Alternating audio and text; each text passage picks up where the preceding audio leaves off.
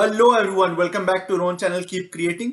दोस्तों, आज हम अपनी स्टॉक मार्केट इन्वेस्टिंग सीरीज को कंटिन्यू करते हुए इस वीडियो में कंज्यूमर ड्यूरेबल सेक्टर से रिलेटेड डिफरेंट इंडस्ट्रीज के चुनिंदा दमदार स्टॉक्स के डिस्कशन करेंगे। Basics of investing and wealth creation और म्यूचुअल फंड इन्वेस्टिंग, इन दोनों सीरीज की सारी वीडियोस अगर आपने अब तक चेक नहीं की हैं तो आप काफी यूजफुल इंफॉर्मेशन मिस कर रहे हैं। उन्हीं वीडियोस में हमने इन सारे स्टॉक मार्केट सेक्टर्स की कैरेक्टरिस्टिक्स, बिहेवियर और हिस्टोरिकल रिटर्न्स की चर्चा की हुई है। चैनल पे इन दोनों ही प्लेलिस्ट को चेक करें, वहां पे आप इन सारे वीडियोस को एक साथ देख सकते हैं। इसकी लिंक अपर राइट कॉर्नर में आ रही है, जो मैं डिस्क्रिप्शन बॉक्स में भी डाल दूंगा। आज की वीडियो में हम कंज्यूमर ड्यूरेबल सेक्टर के स्ट्रॉन्गेस्ट फंडामेंटल्स वाले स्टॉक्स को जानेंगे, उनके हिस्टोरिकल रिटर्न्स को देखेंगे और वीडियो की समरी में इसकी भी डिस्कशन करेंगे कि आप इन स्टॉक्स में कितनी पोर्टफोलियो एलोकेशन रख सकते हैं। तो वीडियो के एंड तक बने रहें। वीडियो शुरू करने से पहले बता दूं कि अगर आपने अब तक चैनल को सब्सक्राइब नहीं किया तो you are missing a lot of useful information and ideas about investing and wealth creation. आपके सब्सक्रिप्शंस, लाइक्स और कमेंट्स से मुझे और भी मोटिवेशन मिलती है और मैं आपके सजेस्ट किए हुए टॉपिक्स पे भी वीडियोस क्रिएट करने की कोशिश करता रहता हूं। So just smash the like button, subscribe to the channel और साथ ही नोटिफिकेशन बेल दबाना मत भूलिए, ताकि आगे आने वाली एक भी वीडियो को आप मिस ना करें। आप हमें फेसबुक, ट्विटर और टेलीग्राम पे भी फॉलो कर सकते हैं, ताकि आपकी नॉलेज और भी एनहांस हो सके। लिंक डिस्क्रिप्शन में दी हुई है। So without taking any more of your time, let's get started. दोस्तों, कंज्यूमर ड्यूरेबल सेक्टर से रिलेटेड बहुत सारी इंडस्ट्रीज होती हैं, बहुत सारे sectors with in the consumer durable sector होते हैं जो ओवरऑल कंज्यूमर ड्यूरेबल थीम के अंडर आ सकते हैं। उनमें से एक इंडस्ट्री होती है व्हाइट गुड्स इंडस्ट्री। अब व्हाइट गुड्स इंडस्ट्री क्या होती है? व्हाइट गुड्स होते हैं वैसे प्रोडक्ट्स, वैसे गुड्स जो हमारी डेली एसेंशियल नीड्स की तो पार्ट हैं, लेकिन थोड़ी कॉस्टली होती हैं। जैसे रोटी कपड़ा मकान हम बोलते हैं, तो रोटी कपड़ा मकान से ऊपर के लेवल पे जब जाते हैं, जब हम middle class, upper middle class की बात करते हैं, तो हम AC, fridge, washing machine, microwave, ये सब इस तरह की इक्विपमेंट्स, इस तरह के गुड्स की बात करते हैं। तो उन सारे गुड्स को क्लासिफाई किया जाता है एज व्हाइट गुड्स। जैसे हम व्हाइट कॉलर जॉब्स की बात करते हैं, उसी तरह व्हाइट गुड्स आप एनालॉजी समझ सकते हैं। तो व्हाइट गुड्स सेक्टर में वन ऑफ द वर्ल्ड की, केवल इंडिया की ही नहीं, ग्लोबल स्केल पे one of the most reputed, one of the largest market share वाली कंपनी है वर्लपूल। और वर्लपूल इंटरनेशनल जो है, वो पूरी दुनिया की जो कंपनी है वर्लपूल, उसका नाम वर्लपूल इंटरनेशनल है। जो इसकी सब्सिडियरी इंडिया में है, उसका नाम है वर्लपूल इंडिया। तो वर्लपूल के आप प्रोडक्ट्स यहाँ पे देख सकते हैं, जैसे रेफ्रिजरेशन में बहुत सारे प्रोडक्ट्स, ऑब्वियसली बहुत तरह के, हर लेवल पे रेफ्रिजरेशन प्रोडक्ट्स आते हैं, फ्रिजेस आते हैं, फ्रीजर्स आते हैं। वॉशिंग मशीन्स बहुत तरह के आते हैं, इसके सेमी ऑटोमेटिक, ऑटोमेटिक, सब कुछ। फिर रूम एसीज आते हैं, इंडस्ट्रियल एसीज आते हैं। तो वर्लपूल, फिर यहाँ पे आप किचन अप्लायंसेस कुछ देख रहे हैं, आपको पता होगा कि किचन अप्लायंस सेक्टर में भी वर्लपूल के प्रोडक्ट्स आते हैं, माइक्रोवेव और किचन यूटिलिटीज के प्रोडक्ट्स। तो वर्लपूल एक बहुत बड़ी कंपनी है। आप यहाँ पे देख सकते हैं वर्ल्ड स्केल पे, ग्लोबल स्केल पे, global major appliance market by manufacturer, तो उसकी यहाँ पे लिस्ट दी हुई है। सबसे बड़ी जो मार्केट शेयर है वो है वर्लपूल की, फिर इलेक्ट्रोलक्स, फिर बॉश, एलजी, सैमसंग, ये सारी जो ग्लोबल स्केल की कंपनीज हैं, उनकी यहाँ पे लिस्टिंग की हुई है। तो आप यहाँ पे देख सकते हैं कि सबसे बड़ा मार्केट शेयर वर्ल्ड स्केल पे वर्लपूल का है। इंडियन मार्केट शेयर की अगर बात करें तो होम अप्लायंस सेगमेंट, जिसमें कि एसी, फ्रिज, वॉशिंग मशीन वगैरह आ गए, सारी चीजों को अगर मिला दे तो उसमें 25% मार्केट शेयर वर्लपूल का है, वर्लपूल इंडिया का। केवल अगर रेफ्रिजरेटर की बात करें तो 17% का मार्केट शेयर है, वॉशिंग मशीन की बात करें तो 15% का, और एसीज की बात करें तो 3% का मार्केट शेयर है। मोस्टली अगर देखा जाए तो रेफ्रिजरेटर और वॉशिंग मशीन में काफी बड़ा मार्केट शेयर है वर्लपूल इंडिया का। इसकी अगर रेवेन्यू शेयर की बात करें कि पूरी जो रेवेन्यू आती है वर्लपूल इंडिया को, उसमें से 60% रेवेन्यू इसको आती है रेफ्रिजरेटर के सेल पे। फ्रिजेस की सेल पे इसको 60% रेवेन्यू इसकी आती है, वॉशिंग मशीन से 22%, एयर कंडीशनर से 6%, और बाकी के जो, जैसे हमने बात की किचन के अप्लायंसेज हो गए, माइक्रोवेव वगैरह, तो उससे इसको 12% रेवेन्यूज आती है। वही ग्राफ आप यहाँ पे भी देख सकते हैं, नंबर्स अप्रोक्सीमेटली द सेम है। ये दूसरी सोर्सेज से मैंने यहाँ पे लिया है, लेकिन मोस्टली नंबर्स सेम है। तो ओवरऑल अगर बात करें तो वर्लपूल इंडिया काफी रोबस्ट कंपनी है। इसकी आप अगर प्राइस चार्ट, जो हम अभी देखने भी वाले हैं, वो अगर देखेंगे हिस्टोरिकल लेवल पे, इसकी गवर्नेंस देखेंगे, इसकी जो सारी बिजनेसेस हैं वो कैसे सिस्टमाइज हैं, कैसे उसको स्ट्रक्चर किया हुआ, वो बहुत ही अच्छी इसकी कॉर्पोरेट गवर्नेंस है और बहुत ही इंटरनेशनली अक्लेम्ड कंपनी है, रेप्यूटेड कंपनी है। वर्लपूल इंडिया के अगर हिस्टोरिकल प्राइस रिटर्न्स की बात करें तो 11 सालों की अपनी हिस्ट्री में इसने आपको 1443%, ऑलमोस्ट 1450% के एब्सोल्यूट रिटर्न्स दिए हैं। जबकि सेक्टर ने दिए हैं करीबन 250% के एब्सोल्यूट रिटर्न्स और निफ्टी ने दिए हैं करीबन 150% के एब्सोल्यूट रिटर्न्स। तो आप देख सकते हैं कि निफ्टी और सेक्टर दोनों को ही बहुत ही हैंडसमली, बहुत ही कंफर्टेबली बीट किया है इसने। अगर 11 साल पहले आपने अगर इसमें 1 लाख की लमसम इन्वेस्टमेंट करी होती तो आज उसकी वैल्यू अप्रिशिएट होके हो गई होती 15.4 लाख। तो ऑलमोस्ट 15 टाइम्स की आपको अप्रिशिएशन दी है 11 सालों में वर्लपूल इंडिया के स्टॉक में। तो आप यहाँ पे देख सकते हैं कि कैसे शानदार अप्रिशिएशन हुई है और कैसे इसने आउट परफॉर्म किया है सेक्टर, जो कि यहाँ पे ऑरेंज सिंबल में है, ऑरेंज कलर में है, और निफ्टी जो कि यहाँ पे रेड कलर में है। तो दोनों को ही बहुत ही कंफर्टेबली आउट परफॉर्म किया है वर्लपूल इंडिया के स्टॉक ने। हमारा दूसरा स्टॉक वैसे एक स्मॉल कैप कंपनी है बट अपने सेक्टर की मार्केट लीडर है, और उसकी हम यहाँ पे चर्चा करने वाले हैं कि कैसे कैसे ये मार्केट लीडर है। तो हमारा ये स्टॉक है VIP industries. VIP industries luggage sector में, और लगेज में केवल सूटकेसेस ही नहीं, ब्रीफ केसेस ही नहीं, बल्कि बैकपैक, बैग्स, डफल बैग्स, फिर जो आपके सूटकेसेस, ब्रीफ केसेस आ गए वो तो है ही। तो ये सारे तरह के जो भी लगेज रिलेटेड प्रोडक्ट्स होते हैं, गुड्स होते हैं, वो सारी चीजें मैन्युफैक्चर करती है वीआईपी इंडस्ट्रीज। और हम आप हर एक को इन सारे ब्रांड्स का जरूर पता होगा। आप देख सकते हैं कितने सारे ब्रांड्स हैं इसके। वीआईपी तो अपनी जो ब्रांड है वो है ही, फिर स्काई बैग्स के आपको डफल बैग्स, बैकपैक्स वगैरह आ जाते हैं, एरिस्टोक्रेट के ब्रीफ केसेस आ जाते हैं। कपीज जो है इसका मोस्टली फीमेल ऑडियंस से रिलेटेड ब्रांड है, फीमेल ऑडियंस को केटर करने के लिए इसकी कपरीज वाली ब्रांड है। कार्लटन, अल्फा, ये सारे ब्रांड्स इसके अंदर आ जाते हैं, ये सारे वीआईपी के ही ब्रांड्स हैं। मार्केट शेयर की अगर बात करें तो लगेज इंडस्ट्री में, जो ऑर्गेनाइज लगेज इंडस्ट्री है, उसमें 50% मार्केट शेयर वीआईपी का है। तो आप समझ सकते हैं कि मार्केट शेयर ऑलमोस्ट आधी वीआईपी के पास है लगेज इंडस्ट्री में। सेकंड जो प्लेयर है ऑर्गेनाइज सेक्टर में वो है सैमसंगाइट, उसके पास 35% शेयर है। और सफारी एक और छोटा प्लेयर है, उसकी मार्केट शेयर करीबन 15% है। तो जैसा हमने बात की, जो टोटल इंडस्ट्री है उसमें अनऑर्गेनाइज सेक्टर भी है और ऑर्गेनाइज सेक्टर भी है, राइट। तो टोटल अगर इंडस्ट्री की बात करें जिसमें ऑर्गेनाइज्ड और अनऑर्गेनाइज्ड दोनों ही आ जाते हैं, उसमें 23% मार्केट शेयर है वीआईपी का, सफारी का 8% और सैमसोनाइट का 7%। और अदर में, जिसमें कि यहाँ पे फिर से रिक्लासिफाई करके बताया हुआ है, अदर यानी कि अनऑर्गेनाइज सेक्टर मिला के और जो छोटे प्लेयर्स हैं उनको मिला के 62% का मार्केट शेयर है। और इस 62% में 60% अनऑर्गेनाइज्ड है और 2% डेल्सी, हम, टॉमी हिलफिगर जैसे जो छोटे ब्रांड्स हैं उनके प्रोडक्ट्स आ जाते हैं। तो आप देख सकते हैं कि कितना बड़ा स्कोप है अभी भी वीआईपी और अच्छी जो कंपनीज है सैमसोनाइट, सफारी वगैरह, उनको ग्रो करने का कितना बड़ा साइज मिला हुआ है, कितनी बड़ी स्कोप है उनकी आगे अगर ग्रो करना चाहते हैं तो। क्योंकि ये अनऑर्गेनाइज से ऑर्गेनाइज का जो शिफ्ट होगा, और ये होना पक्का है, स्पेशली आफ्टर कोविड, हमें ये जो शिफ्ट है वो और भी एक्सेलरेट होता हुआ दिखेगा।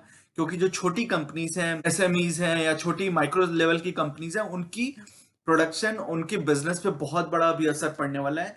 जो कंपनीज अच्छी कैपिटलाइज नहीं है, जिनकी डेट टू इक्विटी रेशियो बहुत हाई है, उन पे बहुत बुरा असर पड़ सकता है, जिसके कारण मार्केट कंसोलिडेशन हमें दिख सकता है। और वीआईपी जैसी स्ट्रॉन्ग फंडामेंटल्स वाली कंपनीज, लो डेट वाली कंपनीज या फिर डेट फ्री कंपनीज बहुत अच्छी मार्केट शेयर कैप्चर कर सकती हैं इन द कमिंग ईयर्स। अब केवल आप, जैसे आपको पता होगा कि बहुत सारे हमारे लोग वो एयरलाइन इंडस्ट्री में या फिर एविएशन इंडस्ट्री है उसमें इन्वेस्ट करना चाहते हैं, क्योंकि उसकी ग्रोथ अच्छी खासी दिखती है उन्हें इंडिया के अंदर। और वो बात सच भी है इन टर्म्स ऑफ वॉल्यूम। जरूर एयरलाइन इंडस्ट्री में अभी भी काफी स्कोप है इंडिया में ग्रो करने का, क्योंकि इंडिया में अभी भी पेनिट्रेशन एयरलाइन ट्रैवल का काफी कम है। तो उस हिसाब से ग्रोथ जरूर आ सकती है। बट आपको अगर एयरलाइन इंडस्ट्री और एविएशन इंडस्ट्री, मैं प्रेफर नहीं करता, क्योंकि उसमें वॉल्यूम्स तो अच्छे आते हैं बट प्रॉफिटेबिलिटी की ग्रोथ अच्छी नहीं दिखती है। उसमें मार्जिन बहुत कम होते हैं, बहुत कट थ्रोट कंपटीशन होता है, ऑन टाइम सर्विस की प्रेशर होती है, तो बहुत सारे प्रेशर्स होते हैं जिसके कारण प्रॉफिट मार्जिन बहुत थिन होते हैं, बहुत कट थ्रोट कंपटीशन होता है। आप यूजुअली ऐसी फ्लाइट में जाना चाहते हैं जो सबसे सस्ती आपको मिल रही हो, तो बहुत कंपटीशन होता है। वो उस तरह का कंपटीशन आपको लगेज इंडस्ट्री में नहीं मिलेगा। तो आप अगर एयरलाइन इंडस्ट्री या फिर ट्रैवल इंडस्ट्री पे भी अगर पैसिव प्ले करना चाहते हैं, ये जो यहाँ पे चार्ट में आप देख पा रहे हैं, passive play on air passenger traffic, तो अगर आप एयरलाइन इंडस्ट्री की भी ग्रोथ देखते हैं, उसको एंटिसिपेट करना चाहते हैं और उसका फायदा उठाना चाहते हैं थ्रू इन्वेस्टिंग, तो लगेज इंडस्ट्री में इन्वेस्ट करके भी आप उसके फायदे उठा सकते हैं। आप देख सकते हैं कि कैसे एयर ट्रैफिक धीरे धीरे बढ़ती जा रही है इंडिया के अंदर, जो यहाँ पे आप बार चार्ट्स में देख रहे हैं। इंडिगो, जो इंटरग्लोब एविएशन इंडिगो कंपनी है, उसकी जो ट्रैफिक वॉल्यूम है वो कैसे बढ़ती जा रही है, ये आप यहाँ पे देख रहे हैं। और कैसे वीआईपी इंडस्ट्रीज की सेल्स भी उसी के हिसाब से बढ़ती जा रही है। तो आप इससे अंदाजा लगा सकते हैं कि अगर आप एविएशन इंडस्ट्री पे भी प्ले करना चाहते हैं, पैसिव प्ले, उसका फायदा उठाना चाहते हैं, तो जरूरी नहीं है कि आप एविएशन इंडस्ट्री में ही इन्वेस्ट करें। आप लगेज इंडस्ट्री, जिसका कि एक बहुत अच्छा प्लेयर है, फंडामेंटली स्ट्रॉन्ग प्लेयर है वीआईपी, आप इसमें इन्वेस्ट करके भी वही फायदा उठा सकते हैं, उसी ग्रोथ का आप यहां पे भी फायदा उठा सकते हैं। तो ये चार्ट वो आपको दिखा रहा है। उसी तरह इसके जो अलग अलग ब्रांड्स हैं कब एस्टैब्लिश हुए थे और उनकी क्या ब्रांड पोजीशनिंग है, यानी कि वो किस ऑडियंस को क्रिएटर करना चाहते हैं, किस मार्केट सेगमेंट को कैटर करना चाहते हैं, वो आप वीडियो पॉज करके आराम से यहाँ पे पढ़ सकते हैं। अलग अलग ब्रांड्स के यहाँ पे इंफॉर्मेशन दी हुई है कि वो ब्रांड्स किसको कैटर कर रहे हैं। अपनी 21 साल की लिस्टिंग हिस्ट्री में वीआईपी इंडस्ट्रीज के स्टॉक ने आपको ऑलमोस्ट 5,500% के एब्सोल्यूट रिटर्न्स दिए हैं, 5677% के एब्सोल्यूट रिटर्न्स दिए हैं। सेक्टर ने दिए हैं 383 यानी ऑलमोस्ट 400% के रिटर्न्स, और निफ्टी ने दिए हैं करीबन आपको 1100% के एब्सोल्यूट रिटर्न्स। तो यहां पे भी आप देख सकते हैं कि निफ्टी और सेक्टर दोनों को ही काफी ह्यूज मार्जिन से इसने आउट परफॉर्म किया है, और वो आउट परफॉर्मेंस तब आई है जब आप देख सकते हैं कि ये चूंकि एक स्मॉल कैप स्टॉक है, तो 2018 के बाद से ही इसमें प्रेशर बना हुआ था। 2018 के बाद से इसके प्राइस में ऊपर नीचे काफी फ्लक्चुएशन रही है, और कोविड के कारण तो इस स्टॉक में इतनी पिटाई हुई, क्योंकि आपको पता है कि ट्रैवल एंड टूरिज्म सेक्टर कितना बुरी तरह हार्म हुआ, कितने बुरी तरह इफेक्ट हुआ है। तो उसके कारण इसके स्टॉक को कहां से कहां पटक के रख दिया, ऑलमोस्ट 50, 55, 60% की करेक्शन आई थी इस स्टॉक में। और अभी ये थोड़ा सा रिबाउंड होके, अभी भी कोई ओवर प्राइस नहीं है, अभी भी बहुत ज्यादा भागा हुआ स्टॉक नहीं है, अभी भी अच्छे वैल्यूएशन पे ही आपको अवेलेबल। तो इस गिरावट के बाद भी आप देख रहे हैं कि कैसे इसने निफ्टी और अपने सेक्टर को कितनी हैंडसमली आउट परफॉर्म किया। अगर हम इसकी हाई वैल्यूएशन पे कैलकुलेट कर रहे होते रिटर्न्स, तो फिर अलग ही बात हो जाती। तो इन एनी केस इतनी गिरावट के बाद भी ये स्टॉक आपको हैंडसम रिटर्न्स इसने आपको प्रोवाइड किए, जो ये दिखाता है कि फंडामेंटल्स इस कंपनी के कितने अच्छे हैं, आगे चल के कितनी अच्छी ग्रोथ पोटेंशियल इसमें दिख सकती है आपको। 21 साल पहले आपने अगर 1 लाख का लमसम इन्वेस्टमेंट इसमें करा होता, तो आज इस 5600 5700 के एब्सोल्यूट रिटर्न्स के बेसिस पे आपके कैपिटल की वैल्यू अप्रिशिएट होके हो गई होती करीबन 58 लाख के आसपास, 57.7 लाख। तो ये आपको दिखाता है कि कितनी शानदार रिटर्न्स इस स्मॉल कैप स्टॉक ने आपको दिए हैं over the past couple of decades. अगला स्टॉक भी उतना ही तगड़ा स्टॉक है, और टीटी के प्रेस्टीज प्रेस्टीज कुकर से हम सभी वाकिफ होंगे, राइट। हमने प्रेस्टीज के कुकर्स, प्रेस्टीज के कुक टॉप्स, प्रेस्टीज के इंडक्शन कुकर्स, मिक्सर्स, इसके किचन अप्लायंसेस, किचन यूटेंसिल्स, तो बहुत सारी चीजें यहाँ पे आप देख सकते हैं। इसके बहुत सारे किचन अप्लायंसेस भी आते हैं। तो प्रेस्टीज अच्छा स्टैब्लिश्ड ब्रांड है इंडिया के अंदर, और आप यहाँ पे थोड़ी सी इसकी हिस्ट्री भी देख सकते हैं। इसने जब अपनी स्टार्ट की थी तो इसने मोस्टली प्रेशर कुकर्स बनाना स्टार्ट किया था, राइट। हम सबसे ज्यादा अगर वाकिफ है तो प्रेस्टीज के प्रेशर कुकर्स से, इसका नाम मोस्टली अपने प्रेशर कुकर से जाना जाता है। बट उसके बाद इसने नॉन स्टिक कुकवेयर्स लॉन्च किए, gas stoves and electrical appliances launch किए, फिर प्रेशर कुकर्स में भी काफी इनोवेटिव प्रोडक्ट्स इसने लॉन्च किए हैं, और पिछले कुछ सालों में इसने काफी सारे kitchen appliances, clean home appliances solutions वगैरह भी लॉन्च किए। तो काफी अच्छी कंपनी है, फंडामेंटली स्ट्रॉन्ग कंपनी है। इसके अगर टोटल रेवेन्यू शेयर की बात करें तो ऑलमोस्ट 46-50% का रेवेन्यू इसको आता है प्रेशर कुकर सेल करने से, नॉन स्टिक कुकवेयर से 17%, किचन अप्लायंसेस से 20%, गैस स्टोव से 12%, और अदर जो इसकी इक्विपमेंट्स और अप्लायंसेस वगैरह हैं उससे, ये मिक्सी वगैरह जो हो गए छोटे अप्लायंसेस, उससे करीबन 5% के रेवेन्यूज आते हैं। अब देख सकते हैं कि कैसे इसकी ऑपरेटिंग प्रॉफिट हर साल बढ़ती रही है। यहाँ पे करीबन 7 सालों का आप रिकॉर्ड देख सकते हैं, उसकी डेटा देख सकते हैं। ऑपरेटिंग प्रॉफिट इसकी हर साल बढ़ती गई है, और ऑपरेटिंग मार्जिन भी इसने मेंटेन किया, और मेंटेन ही नहीं ग्रो भी किया। आप देख सकते हैं कि पहले इसकी मार्जिन 11% 12% के बीच में हुआ करती थी, वो अभी 13 से 14% के बीच में चल रही है। तो इसने ऑपरेटिंग प्रॉफिट को तो ग्रो किया ही, अपनी कंपनी के साइज को तो ग्रो किया ही है, साथ ही साथ ऑपरेटिंग प्रॉफिट मार्जिन को भी ग्रो किया है। अब यहां पे अगर बात करें कि टोटल सेल्स जो बाकी इसके कॉम्पिटिटर्स हैं उसमें अगर कंपेयर करें, तो टोटल सेल्स की वैल्यू आप देख सकते हैं कि अपनी जो सेकंड कॉम्पिटिटर है स्टोव क्राफ्ट, उससे करीबन 3 टाइम्स की इसकी सेल्स है। तो ऑलमोस्ट 3 गुना बड़ी कंपनी है अपने नेक्स्ट कॉम्पिटिटर से। और हॉकिंस कुकर का भी आपको नाम पता होगा, काफी रेप्यूटेड कंपनी है, बट उससे करीबन 4 गुना बड़ी कंपनी है। तो प्रेस्टीज, अगर आप किचन अप्लायंसेज और अपनी मिडिल क्लास कंजम्पशन थीम पे आप प्ले करना चाहते हैं, तो प्रेस्टीज, टीटी के प्रेस्टीज एक काफी अच्छी कंपनी हो सकती है। साउंड फंडामेंटल्स वाली कंपनी है। इसके जो प्रोमोटर्स हैं वो काफी ड्रिवन है, काफी माइंडफुल है कि किस सेक्टर में उन्हें फोरे करना है, किस सेक्टर में अपनी बिजनेस को बढ़ाना है। इन सभी कैपिटल एलोकेशन के बारे में वो काफी माइंडफुल रहते हैं। तो अगर आप इस पूरी इंडिया की स्टोरी में, अगर इंडिया के मिडिल क्लास को बढ़ना है, उसके इनकम लेवल्स बढ़ने हैं, और उसकी अगर डिस्क्रिशनरी एक्सपेंसेस बढ़नी है, उस थीम को अगर प्ले करना चाहते, उस थीम में अगर आप अपनी इन्वेस्टमेंट डालना चाहते हैं, तो टीटी के प्रेस्टीज आपके लिए एक अच्छा प्ले हो सकता है, एक अच्छा कैंडिडेट हो सकता है। अगर इसके हिस्टोरिकल प्राइस रिटर्न्स की बात करें, तो 21 साल की अपनी स्टॉक मार्केट हिस्ट्री में टीटी के प्रेस्टीज के स्टॉक ने आपको करीबन 13,000 ऑलमोस्ट 14,000% के एब्सोल्यूट रिटर्न्स दिए, जबकि सेक्टर ने दिए 383 ऑलमोस्ट 400% के रिटर्न्स, और निफ्टी ने दिए हैं करीबन 1100% के रिटर्न्स। तो आप देख सकते हैं कि इस स्टॉक ने तो निफ्टी और सेक्टर को by a huge margin, by a very handsome margin outperform किया है। 21 साल पहले आपने अगर इसमें 1 लाख का लमसम इन्वेस्टमेंट करा होता तो आज उसकी वैल्यू 1.4 करोड़ होती। 14 लाख नहीं, 1.4 करोड़। तो ऑलमोस्ट 140 टाइम्स आपकी कैपिटल अप्रिशिएट हो गई है इन 21 सालों के टाइम पीरियड में। तो काफी हैंडसम रिटर्न्स है। आप देख सकते हैं कि कितनी सस्टेन रिटर्न्स इसकी रही है। इसकी कोई साइक्लिकल परफॉर्मेंस नहीं रहती है। हाँ, फ्लक्चुएशन जरूर रहती है, और देख सकते हैं कि यहाँ पे मार्च में जब गिरावट आई थी तो उसके बाद से कितना अच्छा रिबाउंड भी किया इसने। तो फ्लक्चुएशन जरूर रहती है, but over an appreciable period of time ये आपको कंसिस्टेंट कंपाउंडिंग करके इस स्टॉक ने आपको दिया है।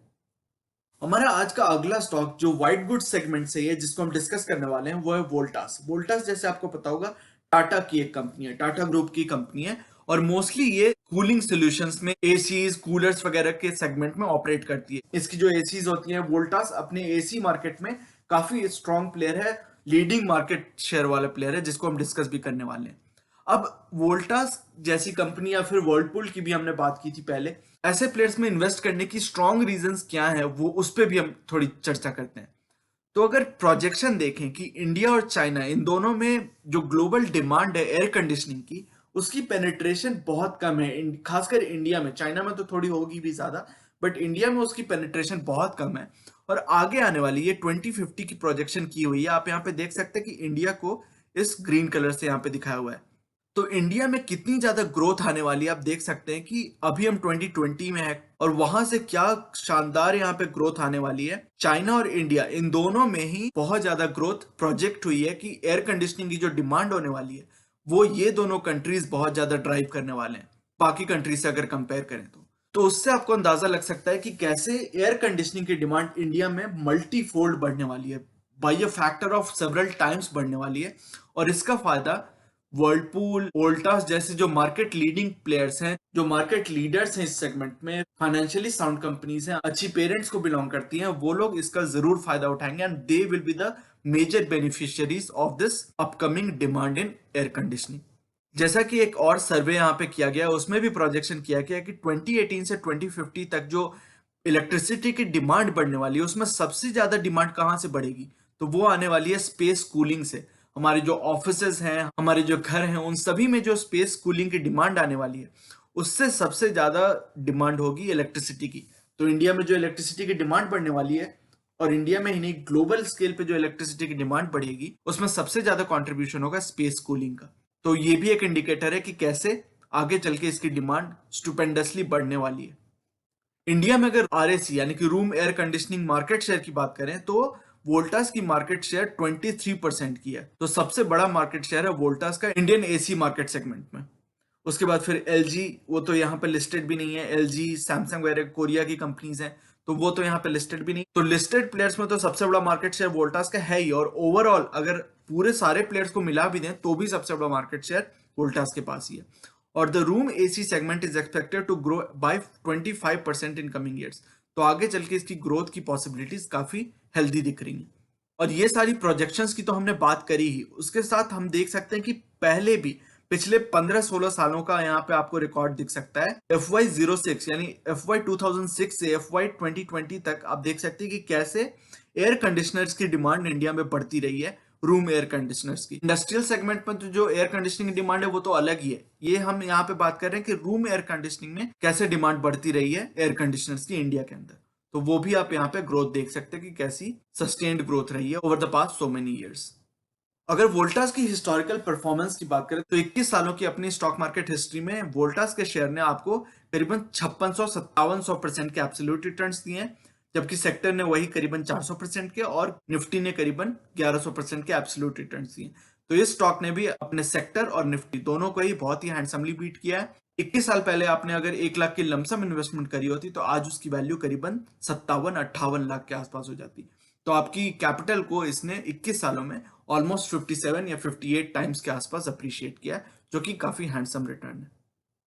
हमारा अगला स्टॉक है डिक्सन टेक्नोलॉजीज। अब डिक्सन टेक्नोलॉजीज काम करता है कॉन्ट्रैक्ट मैन्युफैक्चरिंग में, इलेक्ट्रिकल एंड इलेक्ट्रॉनिक गुड्स की कॉन्ट्रैक्ट मैन्युफैक्चरिंग में बहुत बड़ा प्लेयर है इंडिया के अंदर डिक्सन टेक्नोलॉजीज। इसकी अगर मार्केट शेयर की बात करें तो अलग अलग प्रोडक्ट्स में, अलग अलग सेगमेंट्स में क्या इसकी मार्केट शेयर है। तो एज ऑफ मार्च 2020 इसकी एलईडी बल्ब्स बनाने में, एलईडी बल्ब्स की मैन्युफैक्चरिंग में 35% की मार्केट शेयर थी, वॉशिंग मशीन्स बनाने में 27%, मोबाइल फोन स्मार्टफोन्स बनाने में 25% और टीवी में 15%। तो आप देख सकते हैं कि बहुत सारे सेगमेंट्स को, बहुत सारे प्रोडक्ट्स को ये केटर करता है, mostly related to electrical and electronic products, lighting, LED TV, mobile phones, washing machines, reverse logistics, जैसे कि आप सेट टॉप बॉक्स वगैरह देख सकते हैं, तो उनके भी प्रोडक्ट्स ये प्रोवाइड करता है। इसकी जो टोटल रेवेन्यू है वो कैसे डिस्ट्रीब्यूट हुई है वो हम क्विकली यहाँ पे देख लेते हैं। तो कंज्यूमर इलेक्ट्रॉनिक्स, जिसमें कि TV, LED TV, home theatre systems, ये सब वगैरह आ गए, तो वो उनसे करीबन 36-40% की इसकी रेवेन्यू आती है। लाइटिंग प्रोडक्ट्स, जिसमें कि LED bulbs, LED products, CFL lamps, lamp drivers, ये सब हो गए, तो उससे करीबन 30% की रेवेन्यू आती है। होम अप्लायंसेस, जिसमें कि आपके वॉशिंग मशीन आ गए, तो उससे 12% की रेवेन्यूज आती हैं। मोबाइल फोन्स, जिसमें कि फीचर फोन, स्मार्टफोन्स आ गए, उससे 19% की रेवेन्यूज आती हैं। और रिवर्स लॉजिस्टिक्स, जिसमें कि रिपेयर, मेंटेनेंस, रिफर्बिशमेंट वगैरह होते हैं मोबाइल फोन्स के, LCD TVs, LED TVs, LED panels वगैरह के, उससे बहुत ही स्मॉल परसेंटेज ऑफ रेवेन्यू आती है, ऑलमोस्ट 0.4%, यानी कि ऑलमोस्ट नेग्लिजिबल रेवेन्यू उससे आती है। सिक्योरिटी सिस्टम, जिसमें कि सीसीटीवी कैमरास, डीवीआर सिस्टम्स वगैरह आ गए, उससे करीबन 3% की रेवेन्यू आती है। तो काफी बड़ा प्लेयर है। और आपको पता होगा कि रिसेंटली बहुत सारे गवर्नमेंट के ऐसे स्टेप्स हुए हैं जिसमें कि इंपोर्ट बहुत सारे आइटम्स की, बहुत सारे प्रोडक्ट्स की उन्होंने प्रोहिबिट कर दिया। उसका डायरेक्ट फायदा डिक्सन टेक्नोलॉजीज को हो सकता है। और साथ ही साथ बहुत सारी कॉन्ट्रैक्ट मैन्युफैक्चरिंग अगर चाइना से शिफ्ट होकर इंडिया के अंदर आती है या सराउंडिंग एरियाज में आती है, सराउंडिंग कंट्रीज में आती है, तो उसका फायदा डिक्सन टेक्नोलॉजीज को डायरेक्टली हो सकता है और इसमें आगे चल के ग्रोथ अच्छी खासी दिख सकती है, अगर आप ये बिलीव करते हैं कि कॉन्ट्रैक्ट मैन्युफैक्चरिंग इंडिया में फ्लरिश कर सकती है in the coming years. Dixon technologies की प्राइस हिस्ट्री की अगर बात करें तो 3 सालों की इसकी शॉर्ट हिस्ट्री है, बहुत लंबी स्टॉक लिस्टेड नहीं है। हालांकि ये कंपनी काफी पुरानी है, कम से कम 2-3 डेकेड से ये कंपनी इंडिया में ऑपरेट हो रही है, बट इसकी लिस्टिंग 3 साल पहले ही हुई है, तो ये अभी तो एक स्मॉल कैप कंपनी ही मानी जाएगी। तो 3 सालों की अपनी शॉर्ट हिस्ट्री में इसने आपको 245% के एब्सोल्यूट रिटर्न दिए, जो बहुत ही शानदार रिटर्न है मेरे हिसाब से। जबकि सेक्टर ने दिए 14% और निफ्टी ने दिए हैं 18%। तो सेक्टर और निफ्टी ने बहुत ज्यादा कोई 3 सालों में धाकड़ रिटर्न तो नहीं दिए हैं, और इस स्टॉक ने सेक्टर और निफ्टी दोनों को ही काफी हैंडसमली बीट किया है। 3 साल पहले आपने अगर 1 लाख की लमसम इन्वेस्टमेंट इसमें की होती तो आज उसकी वैल्यू अप्रिशिएट होके हो गई होती करीबन 3.4 लाख। तो आपकी कैपिटल को ऑलमोस्ट 3.5 टाइम्स इसने अप्रिशिएट कर दिया है 3 सालों के भीतर, जो कि काफी हैंडसम रिटर्न है। दोस्तों आज की वीडियो को हम यहीं तक लिमिट करते हैं, अदरवाइज वीडियो काफी लंबी हो जाएगी और मैं ये नहीं चाहता कि आप ऐसी इंपॉर्टेंट डिस्कशन में बोर्ड फील करें। अगली वीडियो, जो कि इसी वीडियो का पार्ट 2 होगा, उसमें हम अपनी डिस्कशन को कंक्लूड करेंगे और मैं आपके साथ अपनी ओवरऑल थॉट्स भी शेयर करूंगा। So definitely make sure to watch part 2 of this video. अगर आज की वीडियो कंटेंट आपको पसंद आया है तो वीडियो करें लाइक। अगर आपको लगता है कि इस इंफॉर्मेशन से किसी की मदद हो सकती है तो इसे अपने दोस्तों और फैमिली मेंबर्स के साथ शेयर करें और चैनल को करें सब्सक्राइब। मिलते हैं अपने अगले वीडियो में एक और टॉपिक के डिस्कशन के साथ। तब तक के लिए take care and see you soon. Bye bye.